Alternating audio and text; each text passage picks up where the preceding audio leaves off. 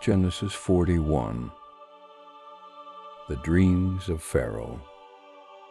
It happened at the end of 2 full years that Pharaoh dreamed, and behold, he stood by the river. Behold, there came up out of the river 7 cattle, sleek and fat, and they fed in the marsh grass. Behold, 7 other cattle came up after them out of the river, ugly and thin, and stood by the other cattle on the brink of the river. The ugly and thin cattle ate up the 7 sleek and fat cattle. So Pharaoh awoke. He slept and dreamed a second time, and behold, 7 heads of grain came up on one stalk, healthy and good. Behold, 7 heads of grain, thin and blasted with the east wind, sprung up after them. The thin heads of grain swallowed up the 7 healthy and full ears. Pharaoh awoke, and behold, it was a dream. It happened in the morning that his spirit was troubled, and he sent and called for all of Egypt's magicians and wise men. Pharaoh told them his dreams, but there was no one who could interpret them to Pharaoh. Then the chief cupbearer spoke to Pharaoh, saying, I remember my faults today. Pharaoh was angry with his servants, and put me in custody in the house of the captain of the guard, me and the chief baker. We dreamed a dream in one night, I and he. We dreamed each man according to the interpretation of his dream. There was with us there a young man, a Hebrew, servant to the captain of the guard, and we told him, and he interpreted to us our dreams. To each man according to his dream he interpreted. It happened as he interpreted to us, so it was. He restored me to my office, and he hanged him. Joseph interprets Pharaoh's dreams. Then Pharaoh sent and called Joseph, and they brought him hastily out of the dungeon. He shaved himself, changed his clothing, and came in to Pharaoh. Pharaoh said to Joseph, I have dreamed a dream, and there is no one who can interpret it. I have heard it said of you that when you hear a dream you can interpret it. Joseph answered Pharaoh, saying, It isn't in me. God will give Pharaoh an answer of peace. Pharaoh spoke to Joseph, In my dream, behold, I stood on the brink of the river, and behold, there came up out of the river 7 cattle, fat and sleek. They fed in the marsh grass, and behold, 7 other cattle came up after them, poor and very ugly and thin, such as I never saw in all the land of Egypt for ugliness. The thin and ugly cattle ate up the first 7 fat cattle, and when they had eaten them up, it couldn't be known that they had eaten them, but they were still ugly, as at the beginning. So I awoke. I saw in my dream, and behold, 7 heads of grain came up on one stalk, full and good. And behold, 7 heads of grain, withered, thin, and blasted with the east wind, sprung up after them.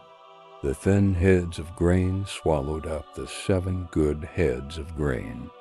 I told it to the magicians, but there was no one who could explain it to me. Joseph said to Pharaoh, The dream of Pharaoh is one. What God is about to do, he has declared to Pharaoh. The 7 good cattle are 7 years, and the 7 good heads of grain are 7 years. The dream is one. The 7 thin and ugly cattle that came up after them are 7 years, and also the 7 empty heads of grain blasted with the east wind. They will be 7 years of famine.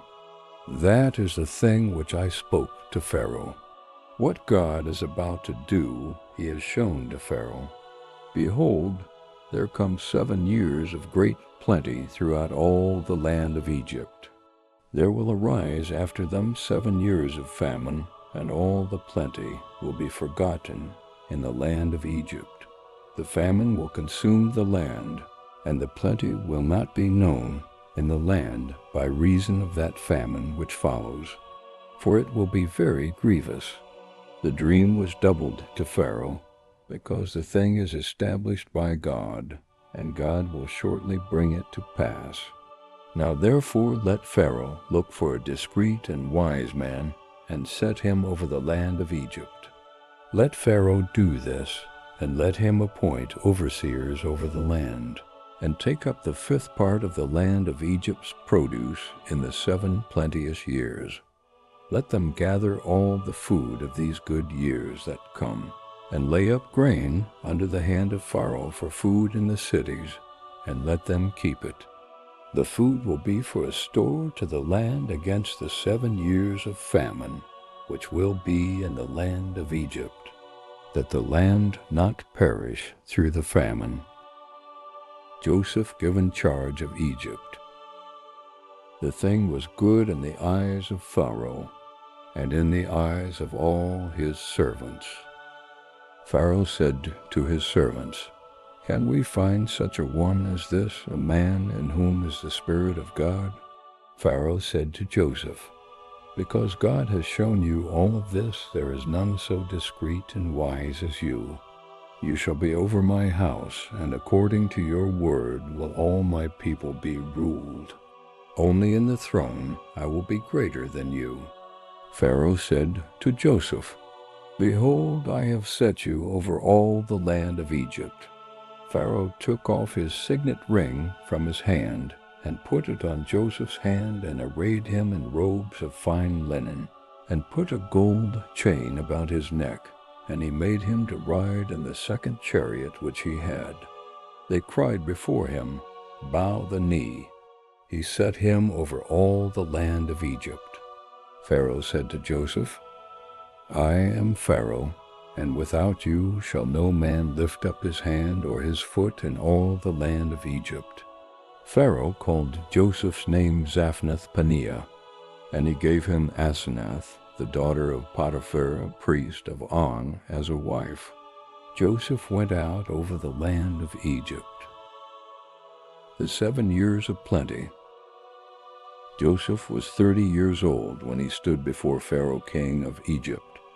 Joseph went out from the presence of Pharaoh, and went throughout all the land of Egypt. In the 7 plenteous years the earth produced abundantly. He gathered up all the food of the 7 years which were in the land of Egypt, and laid up the food in the cities. The food of the field, which was around every city, he laid up in the same. Joseph laid up grain as the sand of the sea, very much until he stopped counting, for it was without number. To Joseph were born 2 sons before the year of famine came, whom Asenath, the daughter of Potiphar, priest of On, bore to him. Joseph called the name of the firstborn Manasseh, for, he said, "God has made me forget all my toil, and all my father's house."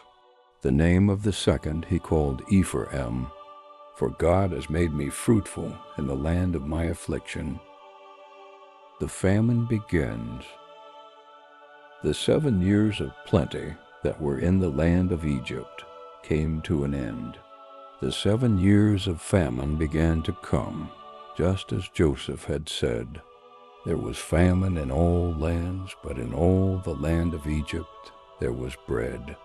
When all the land of Egypt was famished, the people cried to Pharaoh for bread. And Pharaoh said to all the Egyptians, "Go to Joseph. What he says to you, do." The famine was over all the surface of the earth. Joseph opened all the storehouses and sold to the Egyptians. The famine was severe in the land of Egypt. All countries came into Egypt to Joseph to buy grain, because the famine was severe in all the earth.